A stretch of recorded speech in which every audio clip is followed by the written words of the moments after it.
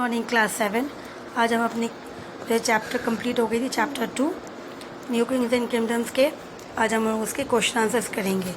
तो सबसे पहले जो शुरुआत करेंगे हम लोग क्वेश्चन आंसर्स इस चैप्टर के। सबसे पहले फिल इन द ब्लैंक्स है, तो उससे शुरुआत करते हैं। तो यहाँ पे देखना बेटा, जो फिल इन द ब्लैंक्स है इसकी आंसर्स राइटिंग समझ में नहीं आए तो आप प्लीज़ जो है अपनी बुक से एक बार चेक कर लेना स्पेलिंग। इसमें रीड आउट कर रही हूँ। नंबर 1 पहला जो है, the tri party struggles occur for the control over Kannauj, KANUAJ, Kannauj. फिर नंबर 2 है, trade and merchant establish dash guild, GUILD, guild. फिर number 3, dash was the court poet of Prithviraj Chauhan. तो पृथ्वीराज चौहान की कोट्स में जिसके आंसर जो है, मैंने यहाँ पे स्पेस नहीं था तो इसलिए ऊपर लिख दिया चंद बरदई, CHANDBARDAI, ठीक है, बरदई। फिर number 4, Al Biruni was the author of dash that mention India. तो तहकीक हिंद, TAHQUI, ठीक है, क्यू है ये, QUI, फिर डैश आई, फिर डैश हिंद, HIND, हिंद, तहकीक हिंद। ये नंबर 4 था। और number 5, dash were land grants made to Brahmans and learned scholars. तो होगा ब्रह्मा दिया, BRAHMADEYA, ब्रह्मा दिया, ठीक है। तो ये फिल इन द ब्लैंक्स हो गया। फिर मैच द कॉलम में जाएंगे। मैच द कॉलम का करेक्ट आंसर सबसे पहले थ्री पार्टीज़ किसके लिए हुआ था? कनूज के लिए हुआ। पल्लवस जो थे वो महीपाला है, Ramapala was the ruler of Pallava. Pratihara इसके रूलर थे मिहिर भोजा। फिर चोला में Vijayala was the ruler. Rashtrakuta Danti Durga was the ruler. And Somnath temples, Mahmud Ghazni attacked Somnath temples. तो ये हो गया 6 के आंसर्स पूरे। अब ट्रू फॉल्स में आएंगे। The Chola were described the descendant of the sun and therefore called Suryavanshi, ये false है। Rashtrakuta established their capital as Malkhan, ये true है। Number 3, Pala established their capital at Marwar, ये false है। Number 4, Mahmud Ghazni established his kingdom in India, false। और number 5, चोला empire जो है divide हुआ था, जो डिवाइड किया कहते हैं इनटू मंडलम्स, तो ये ट्रू है, ठीक है। फिर नंबर 1, 2, 3, 4 क्वेश्चन जो है वो देख लो शॉर्ट वाला। पहला नंबर है, तो name the territory conquered by Nagabhatta. तो आंसर्स लिखोगे यहीं से, the territory conquered by Nagabhatta व। तो यहाँ पर है व, पहले पीठ में जाएंगे उससे मिल जाएगा। फिर नंबर 2 पर लेते हैं, राष्ट्रकूटा, कैपिटल्स ऑफ राष्ट्रकूटस क्या है और ब्रह्मदेया क्या है, ठीक है। तो नंबर 1, 2 एंड 3 आप ये सारे जो है अपने नोटबुक में आगे टिक कर लेना, बुक में सॉरी। फिर अपने आराम से बैठ के नोटबुक में इसको कॉपी करेंगे, नोट डाउन करेंगे, बुक से ही करेंगे। तो वीडियो एक बार देखने के बाद अपने बुक्स में इसको नोट डाउन कर लेना। तो देखो, नागाभट्टा ने जो कॉन्कर किया था मालवा एंड भरूच, तो ये हो गया नंबर 1। तो क्वेश्चन से लिखे व मालवा एंड भरूच, ये हो गया नंबर 1। फिर नंबर 2, राष्ट्रकूटस की जो कैपिटल थी वो था, Rashtrakuta establish the capital at Malkhed, कहाँ पे? मलखेत में। और ये कहाँ है? गुलबर्ग, डिस्ट्रिक्ट ऑफ कर्नाटका, यहाँ पर है। फिर नंबर 3,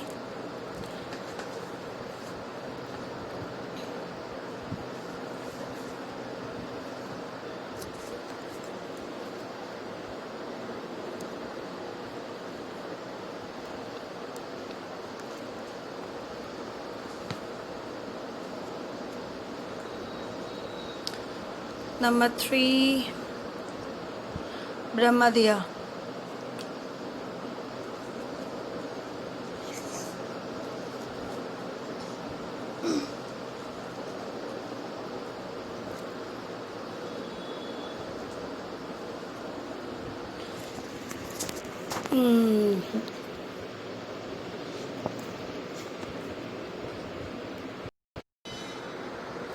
ना ब्रह्मा दिया जो है ना बेटा, ये वाला देख लो, नंबर 3 में जो क्वेश्चन थे, व्हाट डू यू अंडरस्टैंड मतलब ब्रह्मा दिया, तो ये जो है एक स्किप हो गई।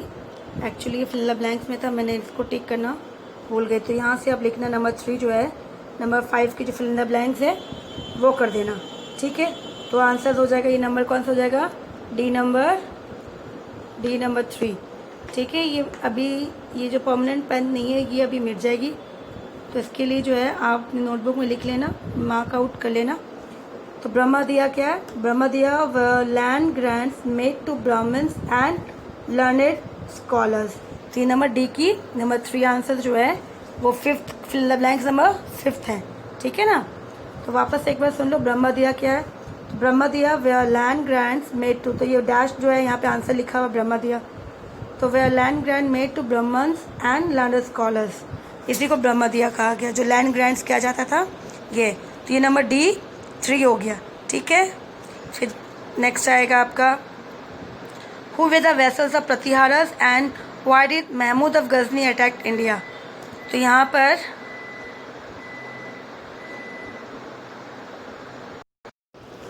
तो फिर डी नंबर 5 का आंसर जो है यहाँ पर है, पेज नंबर आप देख लेना सर, टर्किश इन्वेशंस के ऊपर जो सब टॉपिक है उसके नीचे ये D5 का आंसर, कि Mahmud of Ghazni had heard about Indian wealth, कि इंडिया की वेल्थ के बारे में उनको पता चला, तब वो देयरफॉर डिसाइडेड, तब उन्होंने डिसाइड किया कि इंडिया के अंदर वो आएंगे और वो यहाँ पे आके इन्वेड किया। कितने टाइम इन्वेड किया था, 17 टाइम्स। तो आपको यहाँ से और इसके आंसर्स जो है वो आपको सिर्फ इतना ही बताना है, ठीक है। ये D5 का हो गया। उसके बाद क्वेश्चन नंबर E1, तो एक बार क्वेश्चन पढ़ लेते हैं 1 2 3, उसके बाद इजीली हम लोग उसके आंसर्स को देखेंगे। क्वेश्चन नंबर E1 जो है वहाँ पे पूछा गया है कि इसकी एडमिनिस्ट्रेशन बतानी है। एक बार पढ़ लेते क्वेश्चन क्या था, क्वेश्चन नंबर 1 एंड 2 पढ़ लेते, ठीक है। तो यहाँ पे describe the main features of Chola administration का मेन फीचर्स क्या था, और 3 पार्टी स्ट्रगल्स तीनों के बीच में क्यों होती, पाला, प्रतिहारा एंड राष्ट्रकूटस।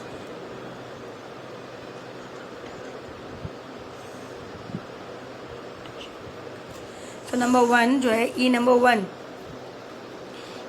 1 जो है यहाँ से चोला एडमिनिस्ट्रेशन के अंदर आ जाओगे आप। चोला एडमिनिस्ट्रेशन में जब आओगे तो आपको दिखेगा यहाँ पर सबसे पहले, ठीक है। तो यहाँ पे जो है इस तरह से पॉइंट 3 मेन फीचर्स पूछा है ना। तो सबसे ज़्यादा king were the head of the state who was assisted by the council of ministers, ये लिखा। फिर इसके बाद there were numerous other officers also, तो पॉइंट नंबर ये ए बना दिया, इसको ये बी बना दिया, ठीक है। ये इसके साथ एक काम कर लेते हैं, चलो इसको ए ही रहने देते, नंबर ये ए का ही पार्ट कर लेते। ये ए लिखोगे तो ये भी ए कर देना, ए का इंक्लूडिंग, क्योंकि इसके बाद फिर ये आ जाएगा। So they were numerous other official such as perundaram और हाई ऑफिसर्स, सितुरारम और लो ऑफिसर्स, ये हो गया। उसके बाद आ जाओ यहाँ पर इस तरह से बी और सी करके। The Chola empire was divided into mandalam और प्रोविंसेस, फिर mandalam they are further divided into valanadu और डिस्ट्रिक्ट्स। तो इसी तरह से ये जो है 1 2 3 करके लिख लेना। अगर इसे 1 2 3 लिखो फिर या ABC, ई नंबर 1 ये भी है और ये नीचे वाला भी ई नंबर 1 है, तो ये E1 नंबर 1 और ये ई नंबर 1 कंप्लीट होता है। फिर ई नंबर 2 3 पार्टी स्ट्रगल्स क्या थी, 3 पार्टीज में जहाँ पे हमने देखा था 3 पार्टीज में कौन कौन लड़ रहे थे, पल्लव यहाँ पे था ये रात कन्नौज, 3 पार्टी स्ट्रगल्स जो थे।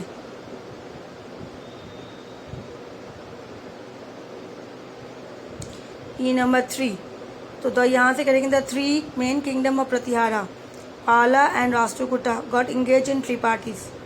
क्यों, struggle to conquer the city of Kannauj, क्योंकि वो कन्नौज को कंट्रोल करना चाहते थे, इसीलिए। क्योंकि यहाँ पे देखा गया कि इसमें अगर जो भी कंट्रोल करता था सुप्रीम पावर होता था सेंट्रल इंडिया के अंदर, इसके लिए उन्होंने it also enable the control of fertile Gangetic valley. तो इस तरह से ये यहाँ से यहाँ तक होगी कि उस तरह से जो फर्टाइल लैंड थी गंगेटिक वैली, इसको भी कंट्रोल कर सकते थे और उसके अंदर पॉलिटिकल पावर भी उनके पास बहुत सारा आ सकती थी, इसीलिए वो सभी चाहते थे कि वो कनौज को कंट्रोल करें। ये नंबर E2 हो गया। फिर E नंबर 3,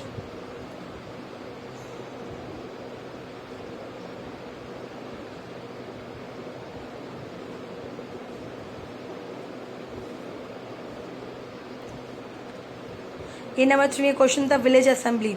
चोला डायनेस्टी में विलेज असेंबली क्या काम करती है, ठीक है। तो नंबर 3 जो है यहाँ से शुरू होगा। Village assemblies way responsible for irrigation facilities. वो इरीगेशन फैसिलिटीज़ देखती थी कि एग्रीकल्चर्स के लिए, किसानों के लिए पानी है कि नहीं एग्रीकल्चर्स करने के लिए। अगर उसके साथ रिस्पॉन्सिबल कंस्ट्रक्शंस कि पानी के लिए जो मेंटेनेंस होता है वो सही से बना हुआ है कि नहीं, टैंक है या नहीं है, पानी को जैसे रेन वाटर होता है तो उसको कैसे कलेक्ट करना है, तो ये सारा काम किसका था, विलेज असेंबली का था। तो ये नंबर 3 हो गया, ठीक है। फिर नंबर 3 के बाद 4, 5 का क्वेश्चन एक बार पढ़ लेते हैं।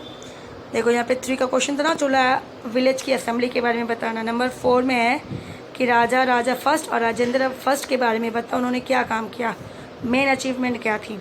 और 5th वाला है कि चोला पीरियड में एग्रीकल्चर्स को अच्छा बढ़ाओ और कैसे बढ़ाया और उसको प्रोडक्टिविटी कैसे बनाया, ठीक है। तो आगे हम लोग E4 कर लेते हैं। E4 में 2 पूछा है, एक तो पूछा है राजा और एक राजेंद्र फर्स्ट। तो उनके पापा जो सबसे पहले थे राजा। तो यहाँ से लिखेंगे हम लोग कि ये जो टॉपिक है राजा के अंदर है, ठीक है ना, ये देख लेना। तो राजा में अंडर राजा। तो राजा रूलर जो थे उन्होंने कहा कि स्ट्रॉन्ग नेवी था उनका, ये हमने पढ़ा था।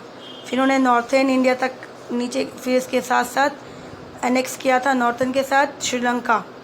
तो इसी तरह से ये सबसे बड़ा इनका एक, जहाँ पे श्रीलंका तक नीचे, ऊपर से लेके नीचे श्रीलंका तक उन्होंने कैप्चर किया। तो ये हो गया। तो E4 1। उसके बाद number 2 that is Rajendra first. Rajendra first का अचीवमेंट देखा जाता है तो उन्होंने भी क्या किया था, अपने पिता के जैसा ही उन्होंने भी, उसके पिता के बाद उन्होंने क्या किया, पाला ऑफ बंगाल, महिपाला, उनको हराते हुए बंगाल से आगे बढ़ते हुए गंगा रिवर के पास जितने भी एरिया थे उनको कनकर किया और बहुत मतलब साउथ से ईस्ट और ईस्ट से नॉर्थ तक वो पहुँचे। तो इतना बड़ा एरिया जब उन्होंने कैप्चर किया तो उनको गंगा कोंदा का नाम दिया था। तो इनका ये अचीवमेंट हो गया। तो ये E4 2 कर लेना, ठीक है। फिर नंबर 5, अब ये नंबर 5 में देखना यहाँ पर। तो सबसे पहले नंबर 5 जो है यहाँ से शुरू करना। Agriculture was an important occupations and therefore special attention was given to maintaining and improving the irrigation facilities. ये वाला पोर्शन आगे करना। उसके बाद आप ऊपर में आ जाओ। ऊपर में the practice of land survey on regular interval. वो देखते थे कि ज़मीन कैसी उपजाऊ है या नहीं है, उसकी क्वालिटी कैसी है, उसी के बेस पे वो उनसे टैक्स भी लेते थे। और अगर अच्छी नहीं है तो फिर उसको अच्छे करने के लिए उनके लिए जो हो सकता था वो राजा करते थे। तो इसी तरह से यहाँ पर देखा जा रहा है कि आप पहले ये वाला करोगे, इस एरिया को यहाँ से यहाँ तक, फिर यहाँ से यहाँ तक। तो अपने जो है 1 से 5 लॉन्ग हो गया और शॉर्ट कर लिया हमने।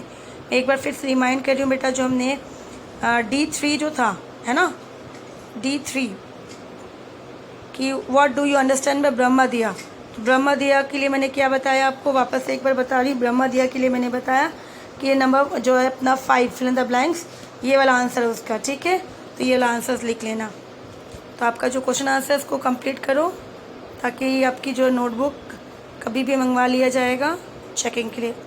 फिर से बता रही हूँ, अगर स्पेलिंग समझ में नहीं आए तो प्लीज़ आप जो है बुक से एक बार कंसल्ट करो, अपनी स्पेलिंग चेक कर लो, ठीक है। क्योंकि एक्चुअली ये स्क्रीन में लिखने में थोड़ी सी प्रॉब्लम हो जाती है, राइटिंग ख़राब हो जा रही है, इसके लिए कोई बात नहीं। आप अपनी स्पेलिंग, जो मैंने फिर भी स्पेलिंग बताई है, नहीं भी समझ में आया तो बुक से एक बार देख लेना। तो होमवर्क कंप्लीट करके रेडी रखो, कभी भी नोटबुक्स मंगवा ली जाएगी आपसे। लर्निंग भी शुरू कर देना, 2 क्वेश्चंस को शुरुआत कर दो लर्निंग करना, ठीक है। तो फिर टिल देन टेक केयर।